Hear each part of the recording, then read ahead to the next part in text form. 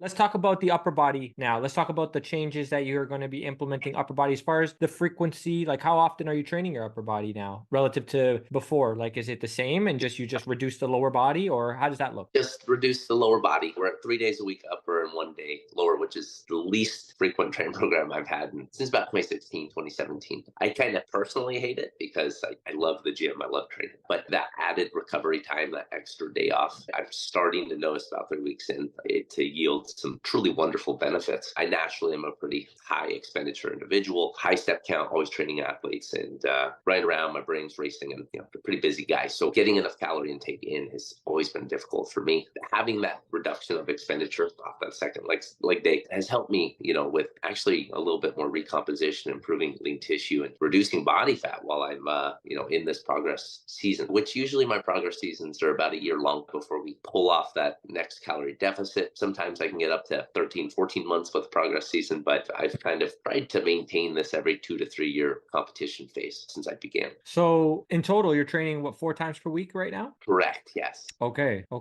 cool. And would you say that for your upper body, what's the frequency like per body part? Like, are you hitting things multiple times per week? Are you doing it more like each body part, for the most part, is getting hit once per week? What do you like to do? I found the best success for me if I hit each muscle group twice a week, if I'm trying to improve that. I've tried everything. I've tried small love junior 3, 4 times a week, hitting muscle groups. I've tried 1 time a week, and hit training. Hit training is kind of how I started in the Marine Corps because I didn't have a lot of time to train. And I was like, let's get the job done quickly. I enjoyed not resting, if you will, but that never yielded the size and strength gains I wanted. So I had to actually increase rest and increase load, have some longer training sessions in order to make the progressions I needed. It's not applicable to everybody, but was for me. But from there, moving forward, I've just kind of stuck with this protocol weakness assessment since then. So right now it's 3 times a week upper body, 1 time lower. 1 day is a full upper body day where I'm essentially hitting each muscle group with 1 or 2 large compound movements. And then I have a upper push day, an upper pull day, and a leg day. And that's worked out. Yeah. So basically, like an upper day could be like 2 pushes, 2 pulls, a bicep and a tricep isolation kind of thing. Then you'd have your lower. Usually, raises in there too. I need to throw a lateral raise in on that full upper body day as well. Yeah. Then you got the full lower, and then rest days, I'm assuming, are kind of slid in wherever you feel is most appropriate. Pretty much. Right now, it's kind of like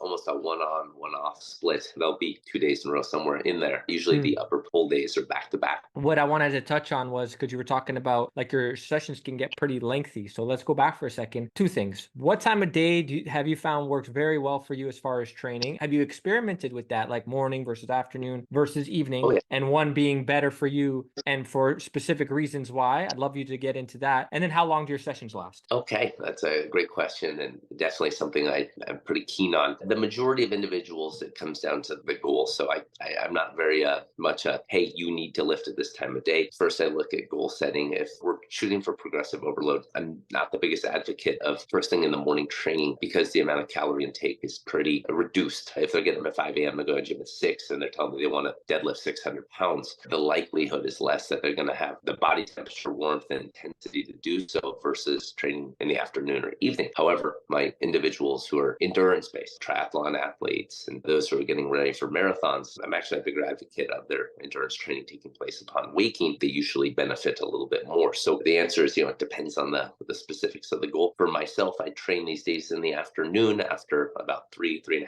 meals. For me, that's both to break up my morning workload of clients and evening workload, kind of get my mind right and take a little breather between those training sessions. But on top of that, where I am now at my age and my profession, it doesn't impact sleep if I train at 2 p.m., which is where I'm at now, versus when I used to train in the Marine Corps at like 6, 7, 8 p.m. and I could just eat a meal and go to bed.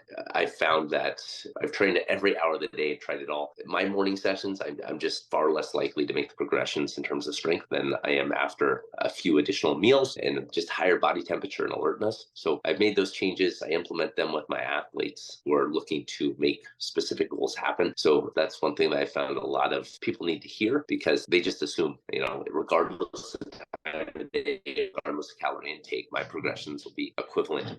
The answer is no, they probably won't be if we test this out. And I've had a number of individuals who have challenged me on this, and then we had them shift their training to evenings who have had a hard time with progressions. And voila, they've told me, okay, you're right. I was a lot stronger in the evening when I'm doing my large compound lifts versus first thing in the morning. That is interesting. And again, it is definitely individual specific, because obviously if you have someone working manual labor and they have a whole day of manual labor doing construction or something like this, then maybe evening might not be ideal for progression. Probably the morning will be better than the evening in this person's case. So for anyone listening, if you're doing a very intense manual that involves manual labor, a very intense job that involves manual labor, physical job, then maybe that doesn't apply. Maybe you've tested it, but I just thought it'd be worth mentioning, versus maybe someone who's doing a desk job or maybe a trainer. Yeah, you're on your feet, but it's not like you're exhausting your system lifting heavy objects all day. So that's one thing I wanted to mention and add to your point there. What do you think about that, what I just mentioned? I think it has to be based on all those criteria. If their occupation is sedentary versus intense, and also,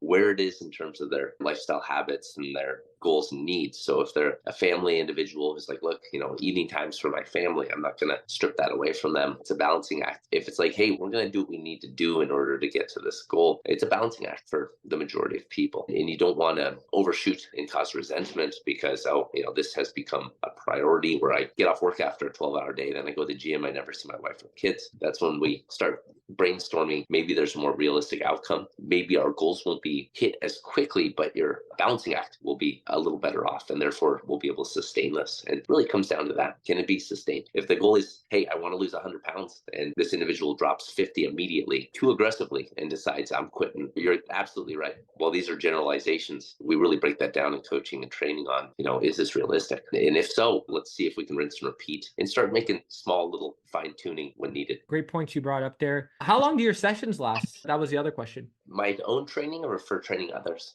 No, for your own training, because you were mentioning that they can get pretty lengthy. So I'm kind of curious with just the total amount of time that you're spent training. And I'm not talking about like the actual work, but also with the rest periods combined and everything. How long would you say your sessions are at this point? Because it's 4 days a week and I've got two kind of big days right now, that full upper body day and that full lower day, those days can be a little lengthy. I'd say they're probably 90 to, maybe an hour and 45 minutes. My upper push and upper pull days, I could probably punch out in an hour because they're a little bit more specific. That seemingly does well for me. I'm not a 3 hour in the gym type of guy, although I've had clientele and trainers that are, and more power to them. That seems unnecessary for me as a guy who has a hard time putting enough weight on. Expenditure is definitely not a difficulty for me. I try to find that balancing act, especially since my schedule's so full. Got to train, got to eat, got to get back to work. And that's just the balancing act I found. Going back and looking back at previous history when I was into powerlifting a lot, I found that those training sessions could get pretty lengthy because the recovery and rest times were so great. If I had an 8x3 day of squats just to start the day, that took some time. And then I had to move on to my accessories. So I've seen benefits from that, but I saw joint repercussion and connective tissue issues, along with not a lot of hypertrophy response, but a lot of strength. So there's benefits there. I learned after a while, though, I wasn't ever going to probably be a higher end powerlifter. I enjoyed it. I loved learning about it. And I had some athletes who definitely could benefit from my experiences, but bodybuilding seemingly came a little bit more naturally.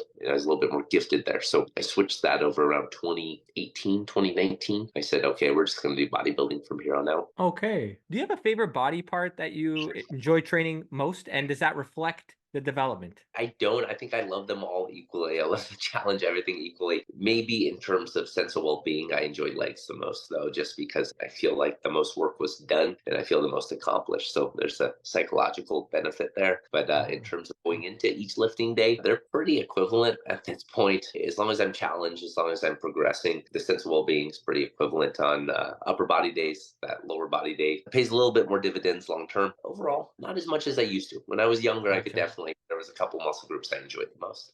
Talk to the listeners here about what are some of those areas that you are thinking that require improvement. Are we talking about from a development standpoint, certain areas? Are we talking about conditioning, like how lean you're getting? What do you think it is for you specifically that you require in order to be at your best, if you will, to compete at Worlds and do well? That's a great question.